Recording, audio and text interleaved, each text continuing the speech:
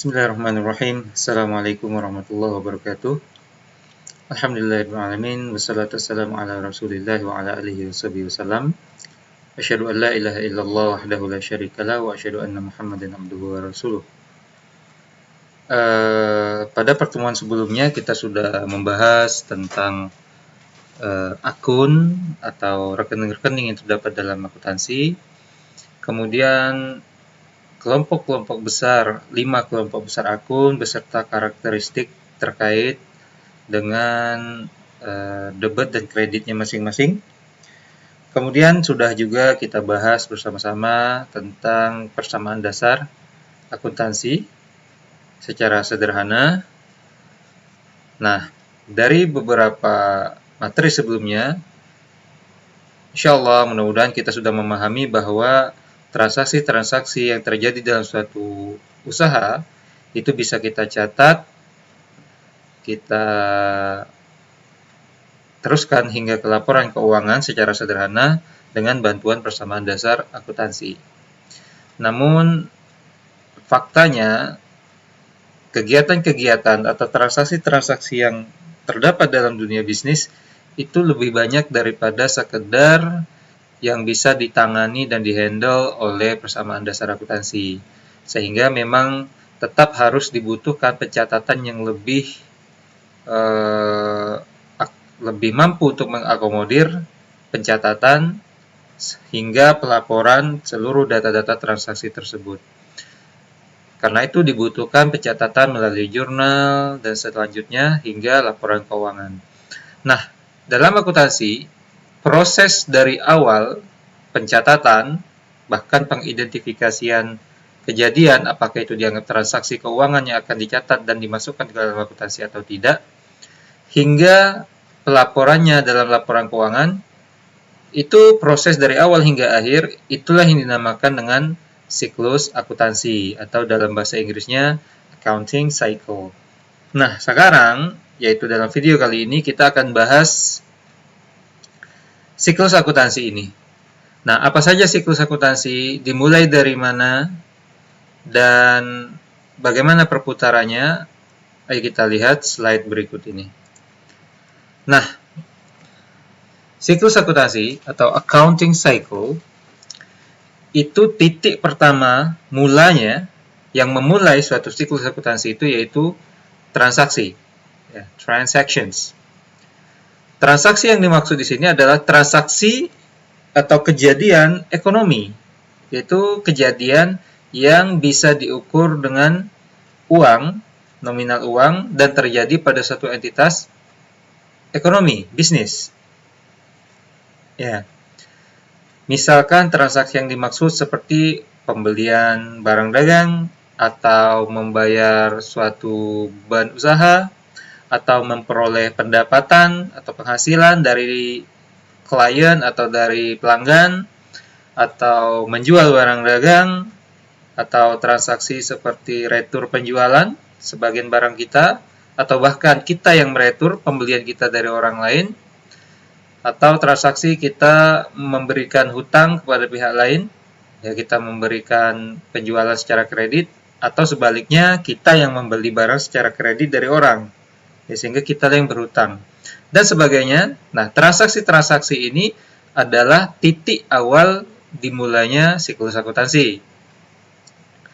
Kemudian, siklus akuntansi kedua di sini tidak digambarkan dalam slide ini. Sebenarnya, setelah transaksi ini ada satu lagi, yaitu di sini, yaitu bukti transaksi. Bukti transaksi yang dimaksud adalah dokumen yang bisa menjadi bukti bahwa transaksi yang tertulis dalam dokumen tersebut benar-benar ada.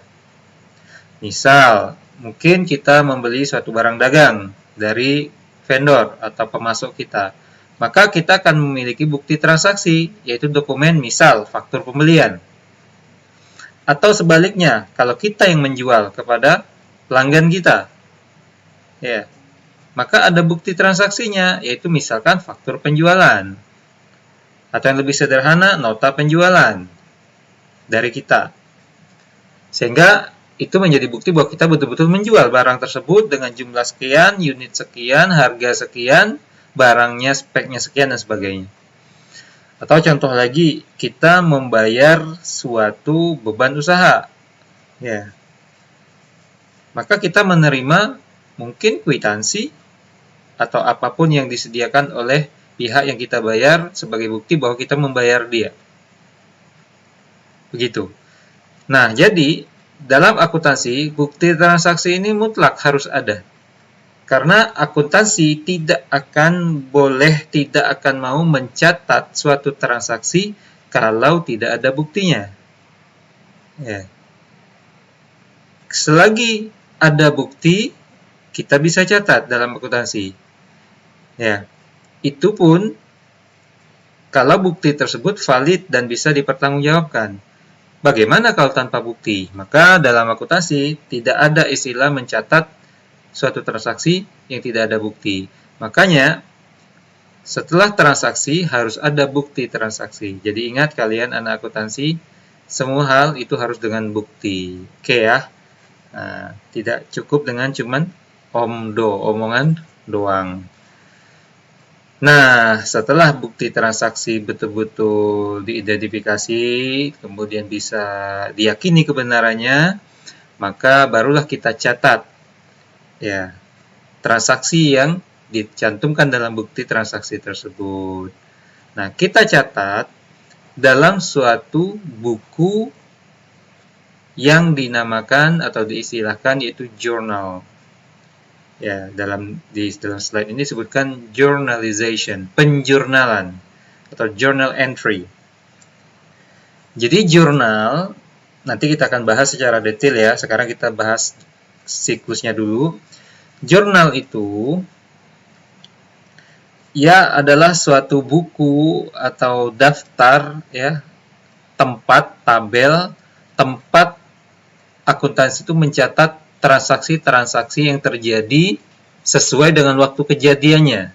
Tanggal, hari, waktunya, bulan, tahunnya, jadi secara urut. Ya, dari yang paling duluan terjadi hingga yang paling baru terjadi. Nah, disitulah dicatat. Bila ada pembelian, dicatat di jurnal istilahnya. Bila ada penjualan, di jurnal. Itu maksudnya dicatat. Ya.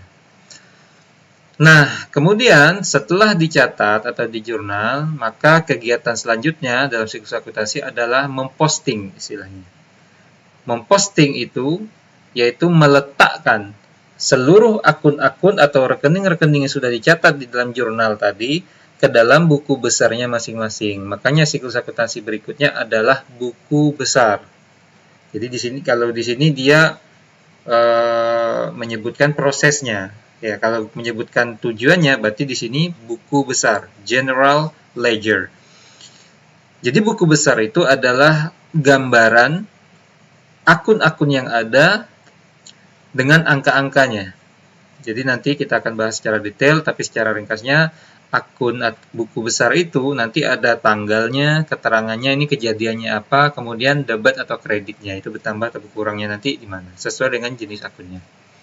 Nah, proses meletakkan akun-akun yang sangat banyak dan sangat bervariasi dalam jurnal tadi, karena di dalam jurnal itu kan banyak tuh, kadang kas, pembelian, penjualan, piutang, sebagainya bercampur aduk dalam jurnal tersebut, maka masing-masing rekening tersebut atau akun tersebut kita taruh, ya, kita letakkan di mangkoknya masing-masing.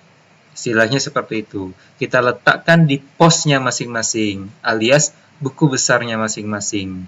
Nah, makanya istilah meletakkan masing-masing jurnal yang bercampur aduk ini ke dalam buku besarnya masing-masing, yaitu kita sebut dengan istilah posting. Letakkan di posnya masing-masing. Jadi mungkin kalian masih ingat kemarin definisi akuntansi itu awal-awalnya pasti ngomong proses pencatatan, misalkan pengelompokan. Nah, bisa diwakilkan bahwa proses pencatatan yang pertama tadi itu yang jurnal. Kemudian pengelompokan itu dikelompokkan ke dalam buku besarnya masing-masing, akunnya masing-masing, itulah posting. Boleh dikatakan itulah mewakilinya. Kemudian berikutnya setelah kita posting ke buku besar, Maka buku besar masing-masing itu kan nanti akan menghasilkan atau memberikan hasil akhir, yaitu saldo dari masing-masing rekening tersebut, akun tersebut. Berapa bertambah, berapa berkurang, terus mengupdate gitu kan, sesuai dengan transaksi yang terjadi. Andaikan kita memotong pada waktu tertentu, misalkan kita hentikan pada tanggal sekian, hari sekian, maka berapakah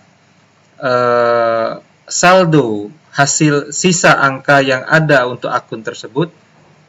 Maka masing-masing buku besar tersebut memiliki saldonya masing-masing. Kas punya saldo sendiri sekian, sekian. Piutang saldonya sekian, alias sisa hasilnya sekian. Gitu. Tanah sekian, gedung sekian, terus utang sekian. Utang ini, utang itu, terus modal ini, modal itu, prive dan sebagainya. Pendapatan ini, pendapatan itu, dan beban ini dan beban itu. Nah, kadang-kadang ada akun-akun tertentu yang sangat banyak sekali transaksinya. Contohnya seperti kas. Misalkan dalam usaha bisnis yang sifatnya dagang eceran, pedagang eceran seperti mall-mall atau minimarket dan sebagainya, yang transaksi yang terlibat dengan kas itu sangat banyak sekali. Mungkin dalam sehari aja bisa ribuan kali. Ya, karena tidak ada orang kalau belanja di minimarket ya ngutang kredit gitu kan, pasti cash gitu. Bayangkan kalau satu orang belanja 10 item, walaupun sebenarnya pasti lebih banyak lagi, kadang bumbu ini, bumbu itu, gula, garam, beras, dan sebagainya, bertroli-troli, berapa kali kas itu, per barang itu dikasin. Ya. Berarti, di dalam buku besar kas saja, itu sangat penuh. Ya, sangat penuh. Berarti satu buku kas itu, buku besar kas itu bisa sangat tebal sekali. Nah, misalkan kita pengen mengetahui berapa sih saldo kas terakhir pada tanggal sekian, kan tidak mungkin kita langsung melihatnya ke buku besar. Ya, bayangkan kalau buku besar kas seperti itu digabung dengan buku besar piutang, hutang, dan sebagainya, beban, pendapatan gitu. Ya, maka akan sangat tebal sekali. Maka ini bisa diringkas ke dalam cukup satu halaman. Ya, cukup dalam satu daftar, satu tabel. Itulah tabelnya yang dinamakan dalam bahasa Inggris trial balance. Dalam bahasa Indonesianya neraca saldo, maaf. Jadi dalam bahasa Indonesia neraca saldo. Mungkin itulah bisa mewakili definisi akuntansi, yaitu proses pencatatan di jurnal, pengelompokan itu di buku besar, dan peringkasan itu di neraca saldo itu, salah satu contohnya gitu.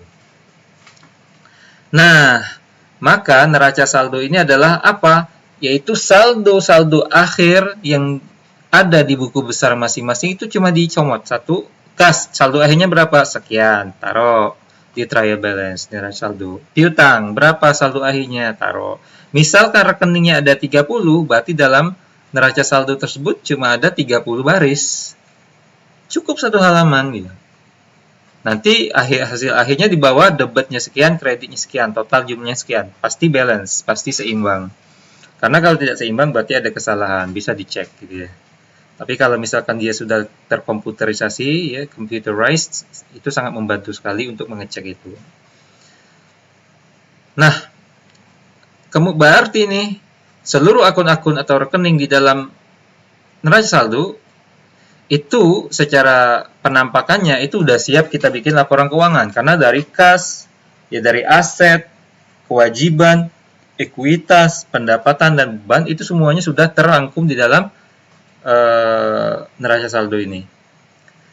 Nah, tapi kita tetap belum bisa mengandalkan neraca saldo untuk bikin laporan keuangan, karena nanti kita bahas secara detail ya, tapi spoilernya nih, karena dalam neraca saldo tersebut ada beberapa akun atau rekening yang menampilkan jumlahnya sekian, itu aslinya bukan segitu.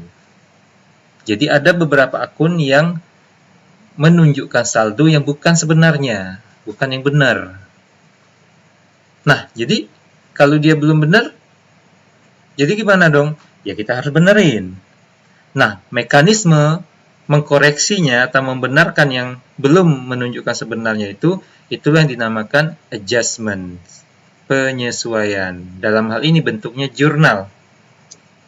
Jadi, kita harus melakukan jurnal penyesuaian dulu. Jadi ada akun-akun tertentu yang harus kita sesuaikan mekanismenya melalui jurnal. Ya, karena segala sesuatu itu ada perubahan, penambahan, atau pengurangan, itu mekanismenya melalui jurnal. Itu kalian harus ingat. Semuanya kalau ada koreksi, perubahan, sebagainya, di jurnal letaknya. Ya, kita lakukan di jurnal.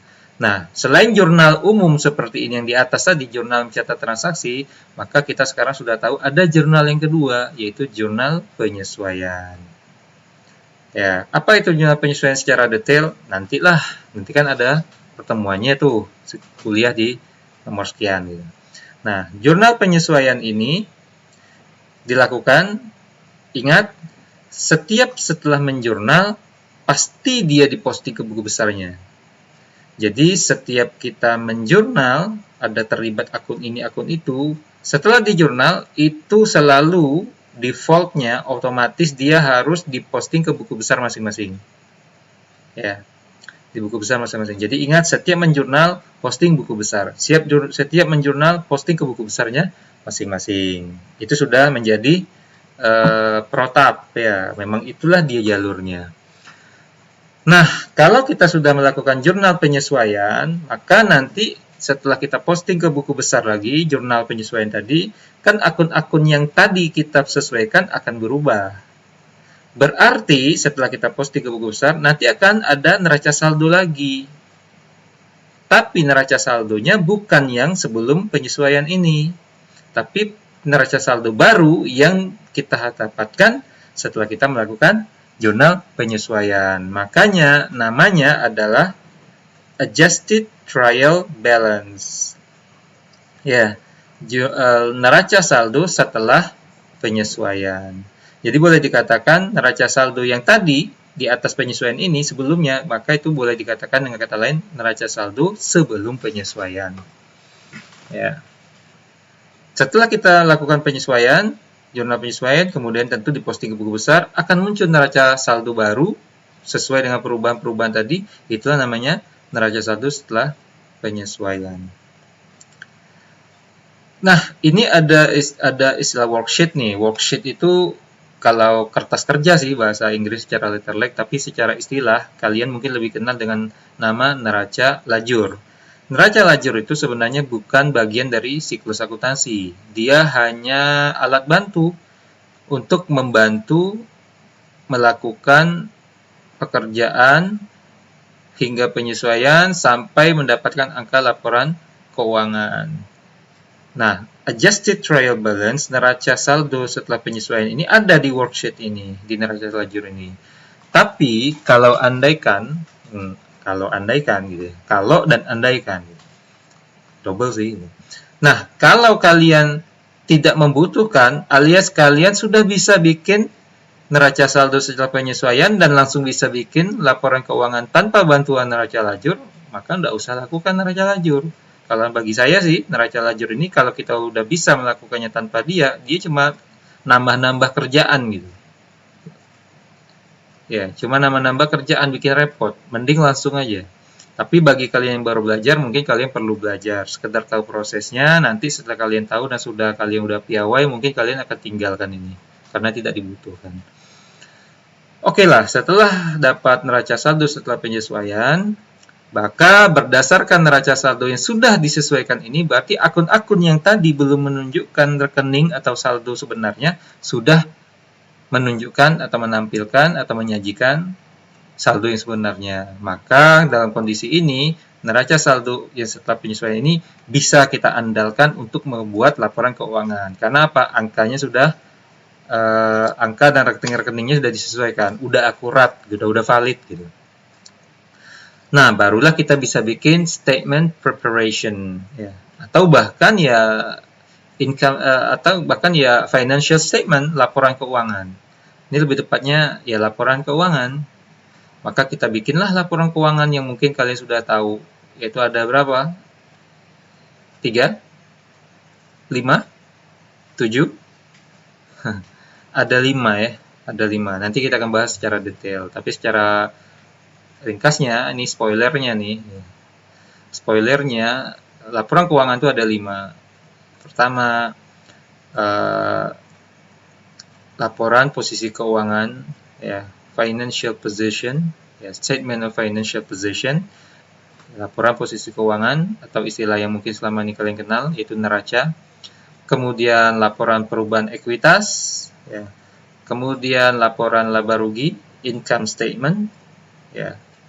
Kemudian laporan arus kas, cash flow statement, dan yang terakhir catatan atas laporan keuangan. Nah, maka sebenarnya dari sini laporan keuangan ini adalah produk akhir dari siklus akuntansi. Dalam artian inilah yang merupakan target yang ingin dibuat, ya, laporan keuangan. Nah, proses-proses setelahnya sebenarnya itu untuk persiapan untuk periode ke depan, agar mulai lagi bisa ngejurnal lagi dan sebagainya. Apa saja setelah laporan keuangan ini? Andaikan setelah laporan keuangan udah selesai nih, maka persiapan untuk periode berikutnya adalah adanya closing entries, jurnal penutup. Nah, ada jurnal lagi gitu ya. Berarti udah 3 jurnal nih, jurnal umum biasa, ya, yang mencatat transaksi kejadian harian, kemudian jurnal penyesuaian yang kita lakukan sebelum menyusun laporan keuangan, kemudian jurnal penutup, yaitu jurnal dilakukan setelah laporan keuangan selesai. Apa itu jurnal penutup? Oh, nanti kita bahas secara detail. Ringkasnya, ya, supaya kalian nggak kepo gitu. Jurnal penutup itu adalah jurnal yang dilakukan untuk menutup rekening-rekening tertentu, yaitu rekening nominal, rekening yang terdapat di dalam laporan laba rugi, yaitu terkait dengan pendapatan dan seluruh jenisnya, beban dengan seluruh jenisnya, dan hasil akhir dari pendapatan beban ini, yaitu laba atau rugi. Oke, nanti setelah di jurnal penutup, ingat tadi sudah saya bilang bahwa setelah menjurnal, kita harus posting. Jurnal itu kan melibatkan beberapa rekening-rekening tuh. Berarti kan kita harus posting lagi ke buku besarnya masing-masing. Nah, kalau kita posting ke buku besar masing-masing, berarti buku besar atau rekening-rekening tersebut yang kita closing, yang kita tutup, pasti kan berubah. Karena ada jurnal baru. Nah, nanti kan akan muncul setelah kita posting ke buku besar, berarti kalau kita mau ringkas lagi, dijadikan trial balance, dijadikan neraca saldo, berarti akan ada neraca saldo lagi yang baru. Ya, neraca saldo yang disesuaikan tadi berubah lagi, karena kita lakukan jurnal penutup. Nah, neraca saldonya itulah yang kita sebut neraca saldo setelah penutupan. Istilah bahasa Inggrisnya ini nih, post closing trial balance. Ini salah tulisannya nih, trial seharusnya. Post closing trial balance. Ya, neraca saldo setelah penutupan. Gitu ya. Kemudian setelah neraca saldo setelah penutupan kita udah peroleh, itu udah fix, maka ada siklus selanjutnya, tapi sebenarnya ini tidak wajib, sifatnya opsional, boleh dilakukan, boleh tidak. Jadi juga alat bantu kayak ini nih, kayak neraca lajur, kayak worksheet. Dilakukan boleh, tidak dilakukan ya nggak apa-apa gitu. Yaitu apa? Jurnal. Jurnal apa? Jurnal pembalik, namanya reversing entries. Reversing entries. Jurnal pembalik. Untuk apa? Ya nanti kita belajar ya. Nanti kita belajar. Ada akun-akun tertentu yang sangat membantu apabila kita balik jurnalnya. Yaitu jurnal yang ada di dalam penyesuaian tadi, kita balik beberapa akunnya. Boleh dilakukan, boleh tidak. Nah, setelah selesai, maka nanti akan ada, ingat, posting lagi ke buku besar, akan ada neraca saldo baru lagi, namanya neraca saldo setelah pembalik, setelah jurnal pembalik. Kalau tidak ada, ya sudah, berarti yang inilah neraca saldo setelah penutupan lah yang terakhir. Langsung ke balik lagi. Berarti setelah pembalik ini, sudah siap neraca saldo yang baru setelah pembalik, maka untuk periode selanjutnya, neraca saldo yang itulah yang kita sambung lagi untuk kegiatan-kegiatan selanjutnya. Jadi misalkan nih, mulai dari transaksi ini 1 Januari terus di jurnal terus sampai 31 Januari. Jurnal pembalik dapat neraca saldo setelah pembalik pada tanggal 31 Januari. Maka neraca saldo inilah yang kita pakai untuk bekal selanjutnya buka transaksi baru lagi tanggal 1 Februari. Maka dia balik lagi ke awal, mulai 1 Februari transaksi lagi, beli lagi, jual lagi, retur lagi, ya, bayar ini lagi, bayar utang ini lagi, menerima piutang, dapat hasil pendapat sebagai terus, jurnal lagi, posting lagi, dan seterusnya. Muter. Nanti balik lagi ke awal. Itulah kenapa namanya cycle. Cycle itu kan muter, lingkaran. Ya. Kalau ndak muter, bukan cycle namanya, putus dia.